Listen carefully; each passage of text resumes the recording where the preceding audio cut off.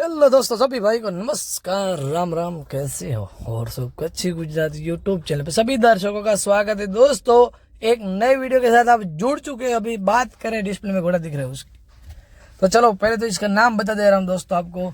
इस बछेरी का नाम है तोरल और इसकी एज है 3 साल। और ब्लड लाइन की बात करें तो फ्रॉम कुकमा कच्छ, हितुबा जाडेजा, उसके पास सब्जा रोजा घोड़ा था, उसकी बछेरी ये।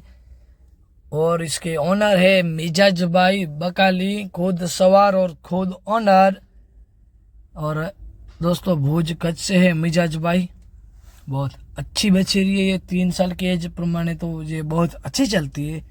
मिजाज भाई की बहुत अच्छी इसमें मेहनत है, अच्छी बनाई है बछेरी को, देख सकते हो बहुत अच्छी चलती है।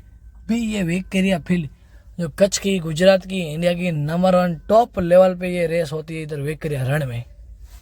तो अभी बस बछेरी की चल रही है प्रैक्टिस, आगे की रेस की, आने वाली जो रेस होगी उसमें ये पार्टिसिपेट करेगी।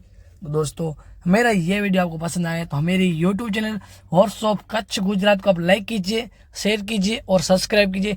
ऐसे ही अच्छे अच्छे वीडियो देखने के लिए मेरी यूट्यूब चैनल पे बने रहना दोस्तों। और आपको भी अपने घोड़े या बछेरियाँ या घोड़ा का वीडियो अपलोड करवाना हो यूट्यूब पे या अथवा फेसबुक पे, इंस्टाग्राम पे, तो मेरे को कांटेक्ट करना दोस्तों। मेरा नंबर है 9106662959। तो दोस्तों, किसी भी को वीडियो अपलोड कराना है तो मेरा कांटेक्ट करना जरूर से दोस्तों। तो बने रहना दोस्तों मेरी यूट्यूब चैनल पे। धन्यवाद।